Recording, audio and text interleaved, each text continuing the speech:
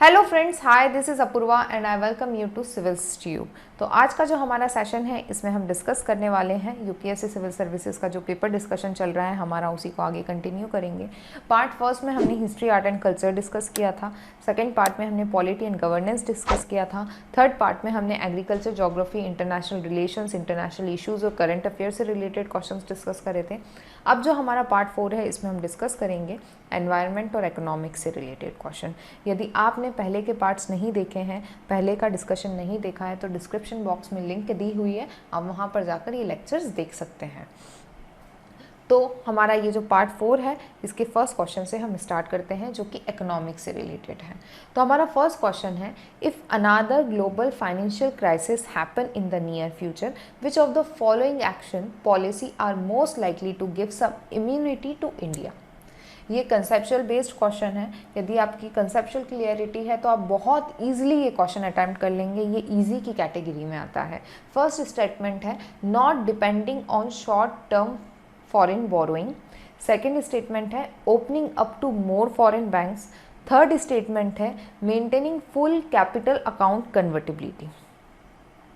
यहाँ पर यदि हम हमारे फाइनेंशियल मार्केट को, हमारी इकोनॉमी को इम्यूनिटी प्रोवाइड करना चाहते हैं अगेंस्ट ग्लोबल फाइनेंशियल क्राइसिस, तो हमारा जो एक्सपोजर है फॉरेन कंट्रीज़ के साथ, जो इंटरेक्शन है in the term of economics, उसको कम करना पड़ेगा। तो जो फर्स्ट स्टेटमेंट है वो डेफिनेटली सही है। जो सेकंड स्टेटमेंट है ये फाइनेंशियल मार्केट को ज़्यादा एक्सपोजर प्रोवाइड करेगा, opening up to more foreign bank, तो ये स्टेटमेंट गलत है। थर्ड स्टेटमेंट है, maintaining full capital account convertibility, ये हमें किसी भी तरीके की इम्यूनिटी नहीं प्रोवाइड करेगा, तो ये स्टेटमेंट भी गलत है। तो इसका करेक्ट आंसर है 1 ओनली। ओके, इजी क्वेश्चन था ये काफ़ी। अब जो नेक्स्ट क्वेश्चन है इकोनॉमिक्स का वो था, if you withdraw 1 lakh in cash from your demand deposit account at your bank, the immediate effect on aggregate money supply in the economy will be। Aggregate money supply पे क्या impact आएगा यदि आप आपके demand deposit account से 1 lakh rupees निकालते हैं तो यहाँ पर कोई भी चेंज नहीं आएगा, बिकॉज ये जो डिमांड डिपॉजिट अकाउंट होता है ये एग्रीगेट मनी सप्लाई में M3 का पार्ट आता है। ओके, और यदि आप बैंक से पैसे निकाल रहे हैं तो वो इन अ फॉर्म ऑफ कैश आपके हैंड में आ रहा है, बट ओवरऑल मनी सप्लाई में किसी भी तरीके का चेंज नहीं आएगा। यदि कोई person 1 lakh rupees in cash अपने डिमांड डिपॉजिट अकाउंट से निकालता है at your bank aggregate money supply in the economy, में कोई भी चेंज नहीं आएगा। ओके, क्योंकि जो M3 मनी की हम बात करते हैं, M1, M2, M3, M4, ये आप डिटेल में पढ़ेंगे इकोनॉमिक्स में। यदि आपने पढ़ा है तो आपको डिटेल में पता होगा कि M3 क्या होता है। इसमें कैश भी आता है, हेल्ड बाय पब्लिक, और डिमांड डिपॉजिट भी आता है। तो यदि आप बैंक से पैसा निकाल रहे हैं तो वो बस इन अ फॉर्म ऑफ कैश आपके हाथ में आ जाएगा, but at such aggregate money supply में कोई चेंज नहीं आएगा। अब जो नेक्स्ट क्वेश्चन है इकोनॉमी का वो है, gold tranche refers to. Reserve tranche के नाम से भी जाना जाता है। ये स्पेसिफिक टर्म बेस्ड है। यदि आपने पढ़ा है तो आप इस क्वेश्चन का आंसर बहुत ईजिली कर सकते हैं। फर्स्ट ऑप्शन है a loan system of the world bank. Second option है one of the operations of central bank. Third option है a credit system granted by WTO to its member. Fourth option है a credit system granted by MIF to its member. तो इसका correct answer है D. ये एक credit system है जो कि IMF अपने मेंबर कंट्रीज़ को देता है। हर कंट्री रिजर्व ट्रेंच के अंडर कुछ required Kota of currency deposit करती है जो वो यूटिलाइज कर सकती है in the time of contingency. यदि कोई भी उनको ज़रूरत होती है तो उस समय पे वो यूज़ कर सकती है।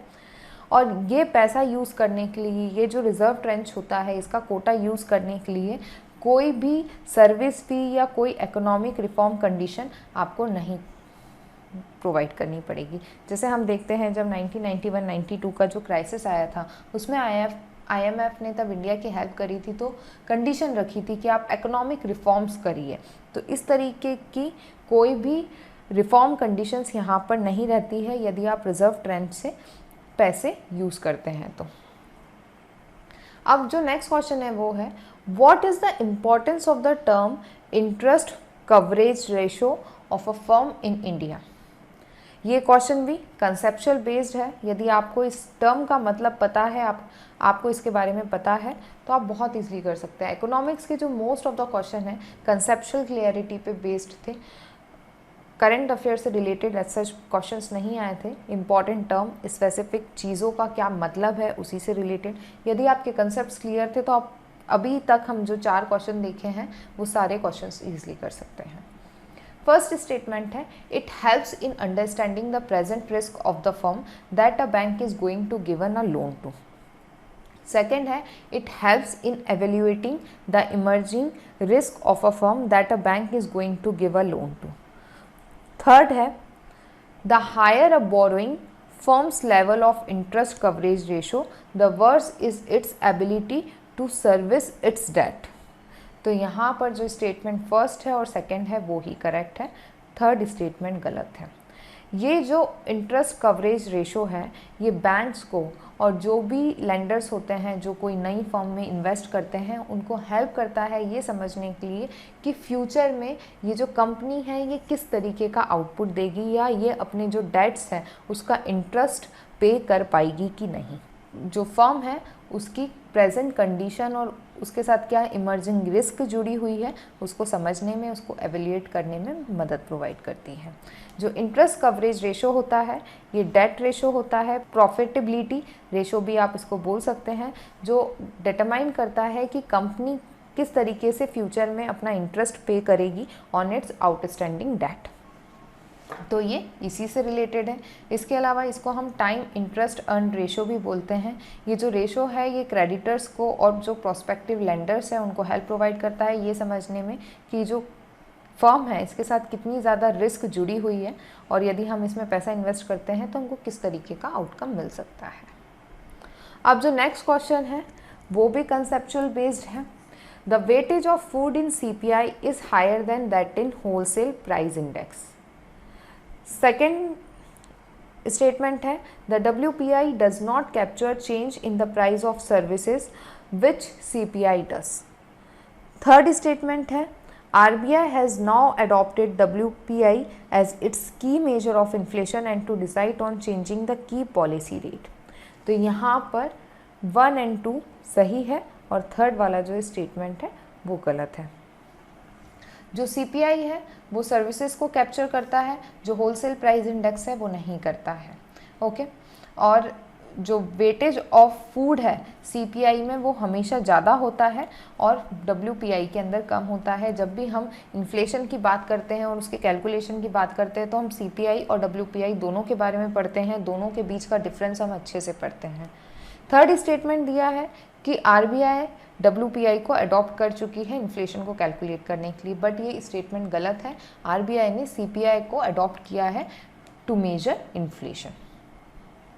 तो यहाँ पे ये वाला स्टेटमेंट गलत है, ये वाला स्टेटमेंट सही है, सॉरी।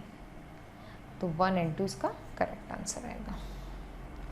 यदि हम CPI की बात करें तो CPI में जो फूड का वेटेज होता है वो 46% होता है, इसलिए ये हमको प्रेजेंट कंडीशन में इन्फ्लेशन कितना ज़्यादा है, फूड इन्फ्लेशन जो बहुत इंपॉर्टेंट होता है कैलकुलेट करना, उसको समझने में हेल्प करता है, इसलिए CPI ज़्यादा अच्छा इंडेक्स माना जाता है। ओके, 46% फूड आइटम का वेटेज होता है CPI में, वहीं पे WPI में अराउंड 26% होता है। इसके अलावा जो WPI है वो मेनली मेजर करती है the change in the price of goods sold and traded in bulk by wholesale businesses to other businesses. तो यहाँ पर सर्विसेज की प्राइजेस को नहीं कैलकुलेट किया जाता, इसलिए भी ये नेगेटिव एस्पेक्ट है WPI का, इसलिए RBI ने CPI को अडॉप्ट किया एज अ की मेजर ऑफ इन्फ्लेशन। अब जो हमारा नेक्स्ट क्वेश्चन है ये भी आपकी कंसेप्चुअल क्लैरिटी से रिलेटेड है। स्टैटिक टॉपिक के ही क्वेश्चंस हम इकोनॉमिक्स में इस बार देख रहे हैं। With reference to the Indian economy consider the following statement. First statement है commercial paper is a short term unsecured promissory note. Second statement है certificate of deposit is a long term of India to a corporation. Third statement है call money is a short term finance used by interbank transaction. Fourth statement है zero coupon bonds are the interest bearing short term bonds issued bye scheduled commercial banks to corporation. तब भी हम market की बात करते हैं, market instruments की बात करते हैं, तो दो तरीके के मार्केट इंस्ट्रूमेंट्स होते हैं। एक होता है मनी मार्केट इंस्ट्रूमेंट और एक होता है कैपिटल मार्केट इंस्ट्रूमेंट्स। जो मनी मार्केट इंस्ट्रूमेंट्स होते हैं उसके अंदर शॉर्ट टर्म इंस्ट्रूमेंट्स होते हैं, जो प्रॉमिसरी नोट्स वगैरह होते हैं। जैसे यहाँ पे हम कमर्शियल पेपर की बात कर रहे हैं तो ये short term unsecured promissory note है, ये बिल्कुल करेक्ट है। सेकेंड स्टेटमेंट है certificate of deposit is a long term of India to a corporation. तो हम यदि हम इस स्टेटमेंट की बात करें तो ये भी शॉर्ट टर्म होता है, तो ये यहीं पर गलत हो जाएगा। जो थर्ड स्टेटमेंट है call money is a short term finance used for interbank transaction, ये भी बिल्कुल करेक्ट है।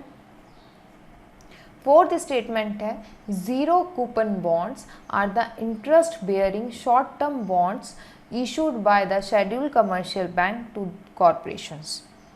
ये जो ज़ीरो कूपन बॉन्ड्स होते हैं इसमें इंटरेस्ट नहीं पे किया जाता है, तो इसलिए ये वाला स्टेटमेंट भी गलत है। ओके, तो यहाँ पर 1 और 3 ये सही है। ये डिफरेंट काइंड ऑफ इंस्ट्रूमेंट्स होते हैं जो मनी मार्केट का पार्ट है। मनी मार्केट इंस्ट्रूमेंट्स आप बोल सकते हैं मनी के मिसमैच को for a short time period ये इंस्ट्रूमेंट्स का यूज़ किया जाता है। जो कमर्शियल पेपर होता है ये अनसिक्योर्ड मनी मार्केट इंस्ट्रूमेंट कहलाता है। इसको इशू किया जाता है in a form of promissory note. इसका जो मैच्योरिटी का टाइम पीरियड होता है ये 7 डेज से लेकर 1 ईयर तक का होता है। इसके बाद में आता है सर्टिफिकेट ऑफ डिपॉजिट, ये नेगोशिएबल मनी मार्केट इंस्ट्रूमेंट होता है।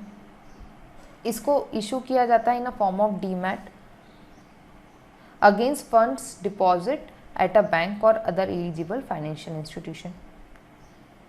ओके, इसके बाद में जो इंस्ट्रूमेंट है वो है कॉल मनी। ये day to day financial mismatches को और मनी मिसमैच को बैलेंस करने के लिए यूज़ किया जाता है। इसके बाद में जो बॉन्ड्स होते हैं वो टाइप ऑफ डेट इंस्ट्रूमेंट होते हैं। यदि हम ज़ीरो कूपन बॉन्ड की बात करें तो इसको इशू किया जाता है डिस्काउंटेड प्राइस पे और रिडीम किया जाता है at par. No interest payment is made, इसके ऊपर किसी भी तरीके का इंटरेस्ट पे नहीं किया जाता है। ओके, तो यहाँ पर दिया हुआ था इंटरेस्ट बेयरिंग, इसलिए ये स्टेटमेंट गलत हो गया था। अब जो हमारा नेक्स्ट क्वेश्चन है वो रिलेटेड है एफडीआई से। With reference to FDI in India which of the following is consider its major characteristic. FDI, FII, FPI, इनके बारे में हम डिटेल में पढ़ते हैं। ये कंसेप्ट बेस्ड क्वेश्चन है और बहुत ईजिली आप अटैम्प्ट कर सकते हैं यदि आपकी कंसेप्चुअल क्लियरिटी अच्छी है इकोनॉमिक्स को लेकर। तो फर्स्ट स्टेटमेंट है it is the investment through capital instrument essentially in a listed company. Second statement है it is largely non debt creating capital flow. Third statement है it is the investment which involve debt servicing. Fourth statement है it is the investment made by foreign institutional investor in the government security. तो इसका correct answer है non debt creating capital flow. ये mainly आप तब attempt कर सकते हैं तब आपको ये पता हो कि एफडीआई एक्चुअली होता क्या है। ये एक non debt creating capital flow होता है। यदि कोई भी फॉरेन एंटिटी है, कोई भी फॉरेन इन्वेस्टर है जो इंडिया में इन्वेस्ट करना चाहता है, वो एफडीआई के थ्रू इन्वेस्ट कर सकता है किसी भी कंपनी में, किसी भी सेक्टर में थ्रू एफडीआई इन्वेस्ट कर सकता है। इसके अलावा एफआईआई के थ्रू भी कर सकता है जो मेनली इक्विटी फॉर्म में होता है। ओके, तो दोनों के बीच में क्या डिफरेंस होता है वो आपको डिटेल में इकोनॉमिक्स में पढ़ेंगे तो ईजिली समझ में आ जाएगा। अब जो हमारा नेक्स्ट क्वेश्चन है वो है in the context of Indian economy non financial debt include which of the following. Non financial जो डेट होता है उसमें क्या क्या इंक्लूड होता है। Housing loan owned by house, amount outstanding on credit card. Third statement है टी बिल्स। तो इसका आंसर है ऑल ऑफ द अबव। 1, 2, 3 तीनों होते हैं इसके अंदर। इसके लिए आपको नॉन फाइनेंशियल डेट क्या होता है ये पता होना ज़रूरी है। नॉन फाइनेंशियल डेट जो होता है उसमें मेनली जो क्रेडिट इंस्ट्रूमेंट्स हैं वो होते हैं जो बेसिकली गवर्नमेंट इशू करती है, हाउस होल्ड्स इशू करते हैं और बिजनेसेस इशू करते हैं। आपको ये चीज़ समझनी होगी कि जो नॉन फाइनेंशियल डेट इंस्ट्रूमेंट्स होते हैं वो mainly government, house holds, business issue करते हैं, कोई फाइनेंशियल सेक्टर में ये इशू नहीं होता है। ये कॉन्ट्रेक्चुअल ऑब्लिगेशन होता है to repay monetary loan, often with related interest expenses. इसके अंदर कुछ आपने कभी क्रेडिट कार्ड लिया होगा तो आपको पता है कि इस पर्टिकुलर टाइम तक आपको ये मनी पे करना है, कुछ इंटरेस्ट एक्सपेंसेस लगते हैं, तो ये एक कॉन्ट्रेक्चुअल ऑब्लिगेशन होता है जिसे आपको पे करना होता है। ओके, नॉन फाइनेंशियल डेट जो होते हैं वो industry, commercial loan, T bill, credit card balance, इन सारी चीज़ों को इंक्लूड करते हैं। They share most of the same characteristic with financial debt. ये जो फाइनेंशियल डेट होती है उसकी तरह सारी करेक्टरिस्टिक्स होती है इसमें, एक्सेप्ट ये जो इसके जो इशूअर्स होते हैं वो नॉन फाइनेंशियल होते हैं। फाइनेंशियल डेट और नॉन फाइनेंशियल डेट में मेनली ये डिफरेंस होता है कि जो इशूअर होता है वो नॉन फाइनेंशियल डेट के मैटर में government entity, house holds, businesses होते हैं, और जो फाइनेंशियल डेट इंस्ट्रूमेंट्स होता है उसको मेनली फाइनेंशियल सेक्टर इशू करता है। ओके, अब जो हमारा नेक्स्ट क्वेश्चन है वो रिलेटेड है SLR, marginal standing facility rate, repo rate, reserve repo rate. ये जो क्वेश्चन है ये मेनली बैंकिंग सेक्टर से रिलेटेड है। If the RBI decides to adopt an expansionist monetary policy, which of the following would it not do. अब इसके लिए आपको एक्सपेंशनिस्ट मॉनेटरी पॉलिसी क्या होती है ये पता होना चाहिए। जैसे अभी कोविड-19 की सिचुएशन आई, इकोनॉमिक कंडीशन ख़राब हो गई, तो अभी गवर्नमेंट ने क्या पॉलिसी अडॉप्ट करी है, एक्सपेंशनिस्ट मॉनेटरी पॉलिसी। ये वो पॉलिसी होती है जिसमें गवर्नमेंट ज़्यादा इकोनॉमी में इन्वेस्ट करती है डिमांड को बूस्ट करने के लिए। ओके, तो पहला स्टेटमेंट है cut and optimize the SLR, statutory liquidity ratio को कट और ऑप्टिमाइज करेगी। सेकेंड स्टेटमेंट है इंक्रीज करेगी मार्जिनल स्टैंडिंग फैसिलिटी रेट को। थर्ड स्टेटमेंट है कट करेगी बैंक रेट को और रेपो रेट को। कोड्स हैं, इसमें एक ही ऑप्शन गलत है, वो है स्टेटमेंट 2। यदि मार्जिनल स्टैंडिंग फैसिलिटी रेट को इंक्रीज़ करेगी RBI तो उस कंडीशन में जो इंटरेस्ट रेट होगा वो बढ़ेगा और इकोनॉमी में मनी सप्लाई होने की जगह मनी सप्लाई कम होगा। तो इसलिए यहाँ पे जो सेकंड स्टेटमेंट है वो गलत होगा। इस कंडीशन के अंदर तब expansionist monetary policy adopt RBI तो उस केस में जो मार्जिनल स्टैंडिंग फैसिलिटी रेट है उसे भी डिक्रीज़ करेगी।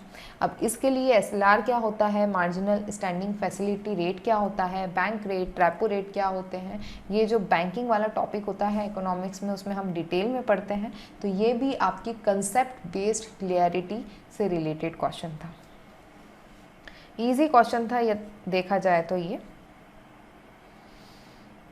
एक्सपेंशनिस्ट या expansionary monetary policy central bank की पॉलिसी होती है जिसमें इकोनॉमी को बूस्ट करने के लिए, डिमांड को बढ़ाने के लिए RBI मनी सप्लाई करता है टू स्टिमुलेट द इकोनॉमी।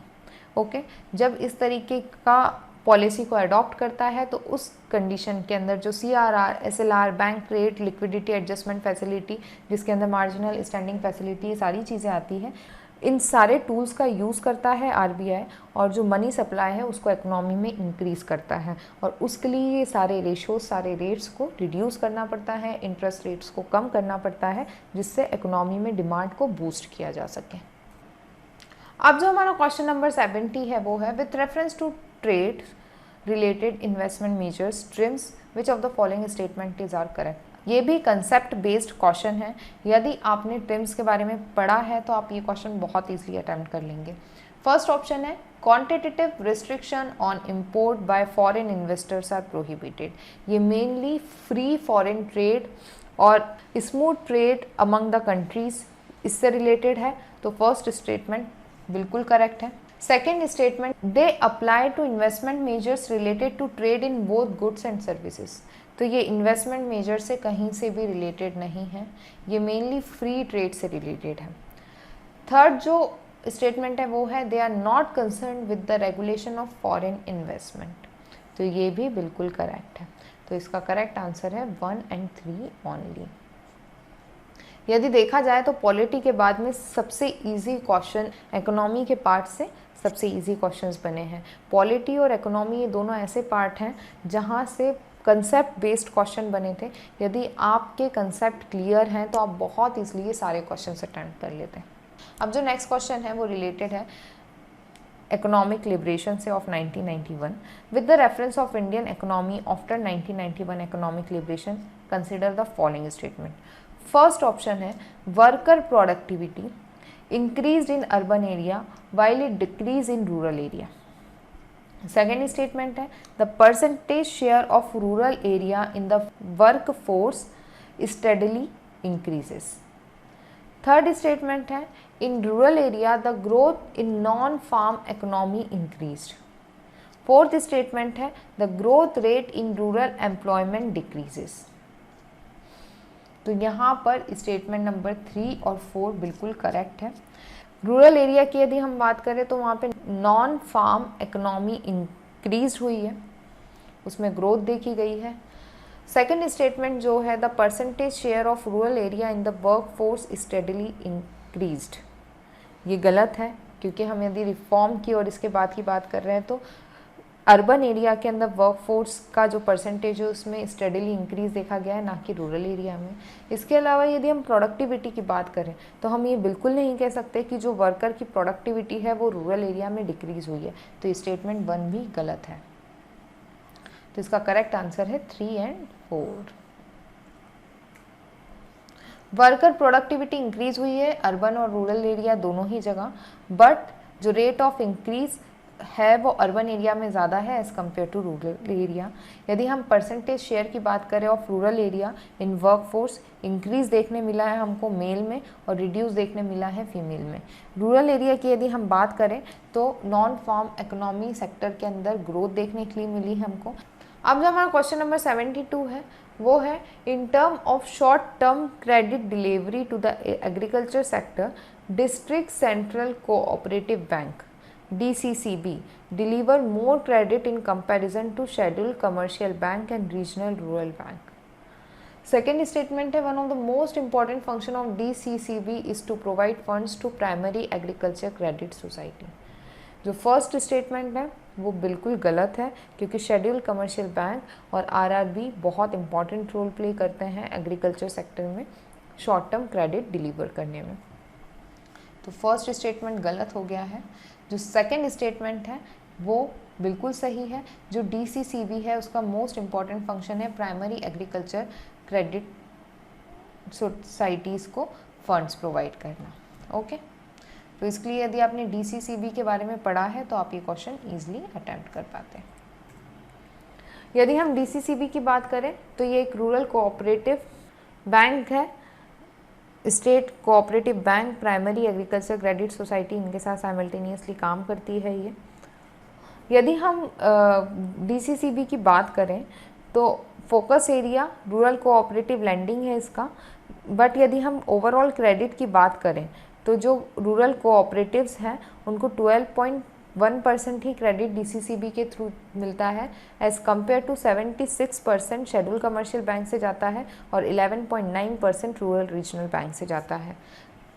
ठीक है, तो RRB और SCB ये मैक्सिमम क्रेडिट सपोर्ट प्रोवाइड करते हैं रूरल एरियाज़ के अंदर। तो DCCB से रिलेटेड ये जो फर्स्ट स्टेटमेंट था वो गलत था और जो सेकेंड स्टेटमेंट है वो बिल्कुल सही है। अब जो क्वेश्चन नंबर 73 है, यहाँ से हमारे एनवायरनमेंट से रिलेटेड क्वेश्चन स्टार्ट हो रहे हैं। तो एनवायरनमेंट से रिलेटेड फर्स्ट क्वेश्चन है which of the following is are the reason factors for exposure to benzene pollution. तो फर्स्ट स्टेटमेंट है ऑटोमोबाइल एग्जॉस्ट, सेकेंड है टबैको स्मोक, थर्ड है वुड बर्निंग, फोर्थ है using varnished wooden furniture, fifth है using product made of polyurethane. जब भी इस तरीके का क्वेश्चन आए तो बहुत ज़्यादा हाई प्रोबेबिलिटी होती है कि पॉल्यूशन के अंदर जितने भी ऑप्शंस दिए हैं वो मैक्सिमम करेक्ट होते हैं। तो इसका आंसर है all of the above 1, 2, 3, 4 and 5, ये इसका करेक्ट आंसर है। यदि हम बेंजीन की बात करें तो ये एक ऑर्गेनिक केमिकल कंपाउंड होता है जिसका मॉलिक्यूलर फार्मूला होता है C6H6।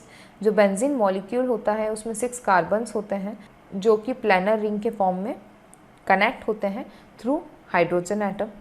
इसके अंदर हाइड्रोजन और कार्बन होता है, इसलिए जो बेंजीन होता है ये हाइड्रोकार्बन होता है।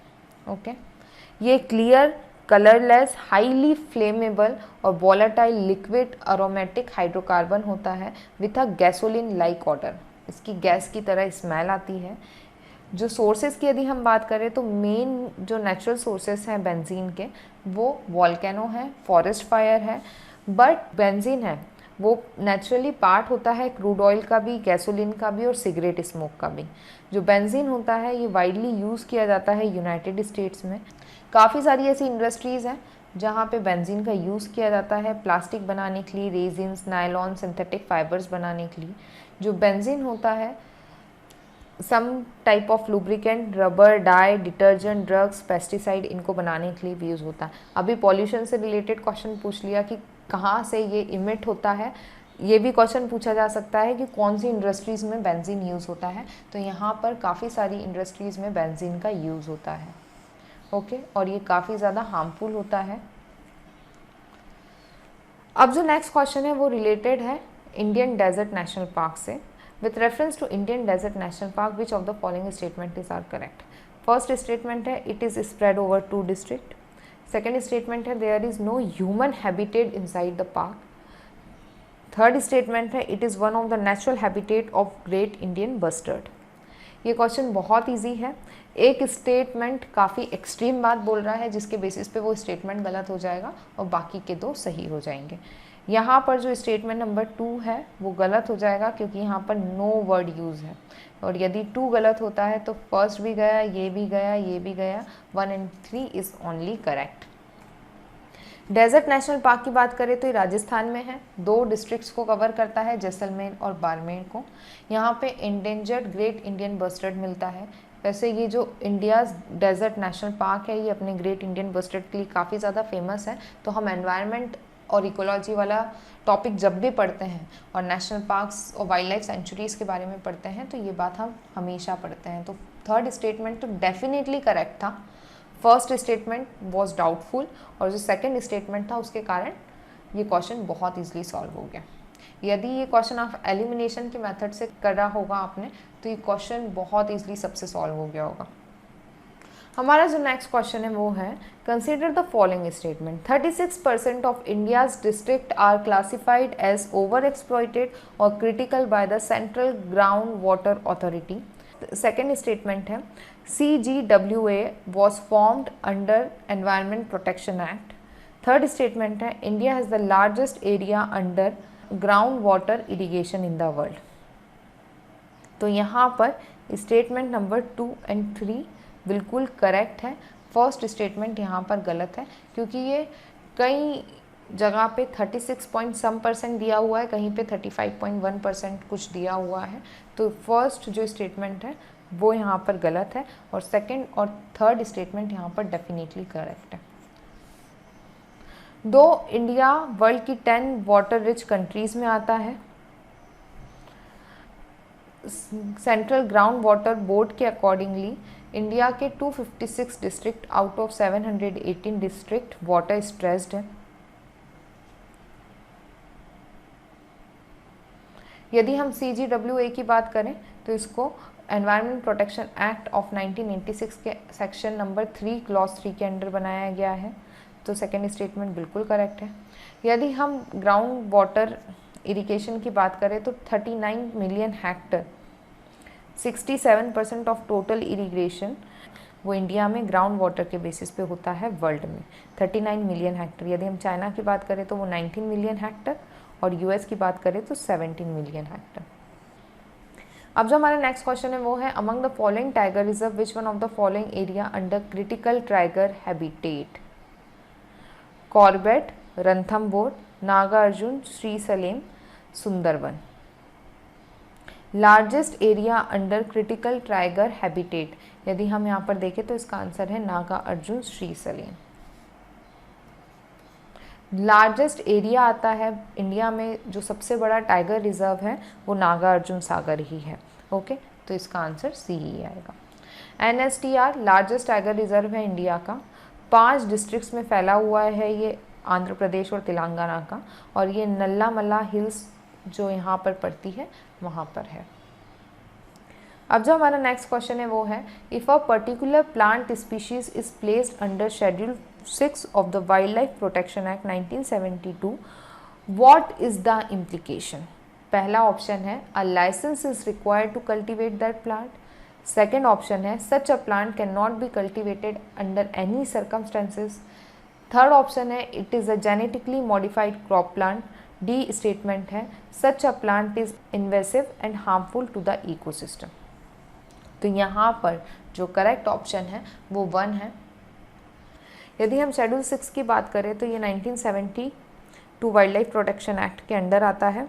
इसमें जो प्लांट्स होते हैं उनको प्रोहिबिट किया गया है कल्टीवेशन के लिए। यदि उनका कल्टीवेशन करना हो तो उसके लिए लाइसेंस लगता है, बिगर लाइसेंस के उनको कल्टीवेट नहीं किया जा सकता। ओके, तो इसमें कुछ प्लांट्स हैं जिनके नाम दिए गए हैं, Beddome's cycad, blue vanda, kuth, ladies slipper orchid, pitcher plant, red vanda. ठीक है, तो ये सारे प्लांट्स हैं, कल्टीवेशन विथआउट लाइसेंस आप नहीं कर सकते। अब जो हमारा नेक्स्ट क्वेश्चन है वो है, according to India's national policy on biofuels which of the following can be used as raw material for the production of biofuel. यहाँ पे एक चीज़ समझने वाली है कि मेनली आप जो बायोफ्यूल है उसमें शुगर से रिलेटेड जो वेस्ट मटेरियल है वो ही मेनली आप यूज़ करेंगे। जो क्रॉप्स खाने में यूज़ हो रही है वो यूज़ नहीं होगी जब तक उसके लिए कोई स्पेसिफिक लॉ नहीं बने या पार्लियामेंट में उस चीज़ के ऊपर कोई डिस्कशन ना हो। ठीक है, तो नेशनल पॉलिसी ऑन बायोफ्यूल, इसमें मेनली वो ही चीज़ें होंगी जो इनएडिबल है या एडिबल है, उस कंडीशन में भी काफ़ी ज़्यादा क्वांटिटी में हो या ख़राब कंडीशन में हो, रोटन हो, तो उसी कंडीशन में आप यूज़ कर सकते हैं। ठीक है, तो पहला ऑप्शन है कसावा। सेकंड है damaged wheat grains, damage word use हुआ है तो ये भी करेक्ट है। ग्राउंडनट सीड्स, ये बिल्कुल नहीं हो सकता क्योंकि ग्राउंडनट सीड्स हम खाने में यूज़ करते हैं। इसके बाद में हॉर्स ग्राम, ये भी नहीं हो सकता क्योंकि हॉर्स ग्राम का भी यूज़ किया जाता है। फिफ्थ रोटन पोटैटोस, जो ख़राब हो चुके हैं, तो ये तो बिल्कुल सही होगा। इसके बाद में शुगर बीट, शुगर का जो भी एक्सट्रैक्ट निकलता है शुगर बनने के बाद में, वो बायोफ्यूल में आप यूज़ कर सकते हैं। तो इसका करेक्ट आंसर है 1, 2, 5 एंड 6। थोड़ा सा लॉजिकल क्वेश्चन था, ट्रिकी था। यदि आप थोड़ा सा समझ पाते, यदि ग्राउंडनट सीड्स आप सब में से एलिमिनेट कर दें तो 3 ऑप्शंस तो यहाँ पर ऐसे ही एलिमिनेट हो गए, तो इसका आंसर आप इजीली पता कर सकते हैं। यूपीएससी काफ़ी ज़्यादा इस तरीके के क्वेश्चंस पूछती है। यदि आप 1-2 ऑप्शंस को एलिमिनेट कर पाएँ तो आप बहुत ईजिली वो क्वेश्चन अटैम्प्ट कर सकते हैं। तो यहाँ पर ये क्वेश्चन उसी कैटेगरी का था। जो पॉलिसी है नेशनल बायोफ्यूल पॉलिसी, इसमें आप इथेनॉल बनाते हैं through various crops. Sugar cane juice, sugar containing material like sugar beet, sugar sorghum, starch, इन मटेरियल्स का यूज़ कर सकते हैं। इसके अलावा corn, cassava, damage food grain like wheat, broken rice, rotten potato unfit for human consumption can be use to produce ethanol. Okay, तो यहाँ पे ये चीज़ समझना बहुत ज़रूरी है कि जो भी एडिबल क्रॉप्स हैं और जो मेनली खाने में यूज़ होती है वो चीज़ें बायोफ्यूल प्रोडक्शन के लिए नहीं यूज़ होगी। अब जो नेक्स्ट क्वेश्चन है वो है, which one of the following statement best describe the term social cost of carbon, it is measure in monetary value of. Social cost of carbon को आप किस तरीके से मेजर कर सकते हैं? यदि ये टर्म आती है तो आप मॉनेटरी वैल्यू में कैसे उसको मेजर करते हैं? फर्स्ट स्टेटमेंट है long term damage done by the tons of CO2 emission in the given year. Second है requirement of fossil fuel for the country to provide goods and services to its citizen based on the burning of those fuels. Third है effort put by a climate refugee to adopt to live in a new place. Fourth है contribution of an individual person to a carbon footprint on the planet earth. तो यहाँ पर social cost of carbon जब हम देखते हैं तो हम ये देखते हैं कि लॉन्ग टर्म में CO2 की वजह से, उसके इमिशन की वजह से एनवायरनमेंट को क्या डैमेज हुआ है। तो यहाँ पर statement number 1, statement number A सही है, बाकी ये सारी चीज़ें गलत हैं। ये काफ़ी इजी क्वेश्चन था, आप स्टेटमेंट पढ़ते से ही आराम से सारे ऑप्शंस को एलिमिनेट कर सकते थे। सोशल कॉस्ट ऑफ कार्बन की यदि हम बात करें तो ये मार्जिनल कॉस्ट होती है जो हम निकालते हैं कि क्या इम्पैक्ट हुआ है एनवायरनमेंट पे due to CO2 emission. Okay, तो मेनली यहाँ पर हम यही चीज़ देखते हैं। अब जो हमारा नेक्स्ट क्वेश्चन है वो एलिफेंट से रिलेटेड है। एलिफेंट्स अभी बहुत ज़्यादा न्यूज़ में थे। केरला में जो एक अनफॉर्चुनेट इंसिडेंस हुआ था फीमेल एलिफेंट से रिलेटेड, उसके अलावा बोत्सवाना में 300 एलिफेंट्स की मिस्टीरियस डेथ हुई थी। तो एलिफेंट के बारे में काफ़ी सारी न्यूज़ेस हम लास्ट 1 ईयर में देखते आए हैं। तो यहाँ पर एलिफेंट से रिलेटेड काफ़ी ज़्यादा डिटेल्ड क्वेश्चन UPSC ने पूछा। फर्स्ट स्टेटमेंट है the leader of the elephant group is a female. Second statement है the maximum gestation period can be 22 month. Third statement है elephant can normally go on calving till the age of 40 years only. Fourth statement है among the state in India the highest elephant population is in Kerala. इसका जो statement number 1 है वो बिल्कुल सही है। जब एलिफेंट से रिलेटेड जो केरला में इंसिडेंस हुआ था उसके बाद में काफ़ी ज़्यादा न्यूज़ में ये चीज़ आई थी कि जो फीमेल एलिफेंट होती है वो ग्रुप की लीडर होती है।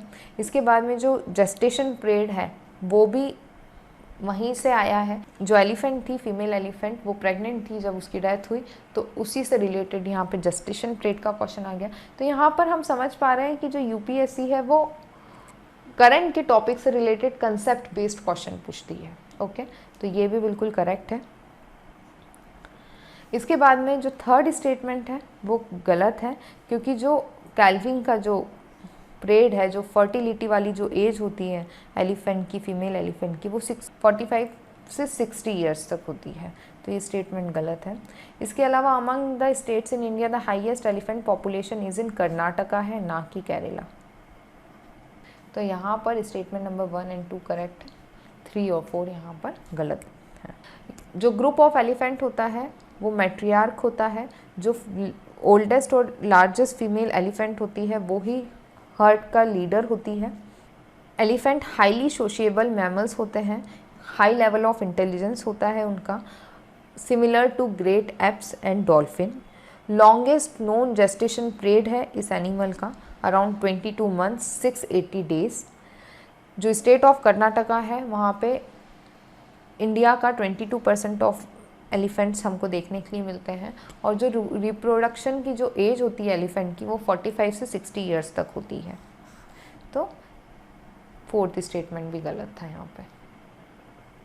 अब जो हमारा नेक्स्ट क्वेश्चन है ये नेशनल पार्क टाइगर रिजर्व, इसके लिए आपको इंडिया में कौन सा नेशनल पार्क कहाँ है, मैप बेस्ड क्वेश्चंस काफ़ी अच्छे से आए हैं पेपर में। तो यहाँ से हमको पता चलता है, ज्योग्राफी में भी हमने कल वर्ल्ड मैप से रिलेटेड क्वेश्चन देखा था, यहाँ पर हमने इंडिया का जो नेशनल पार्क्स है, वाइल्ड लाइफ सेंचुरी है, इनसे रिलेटेड क्वेश्चन।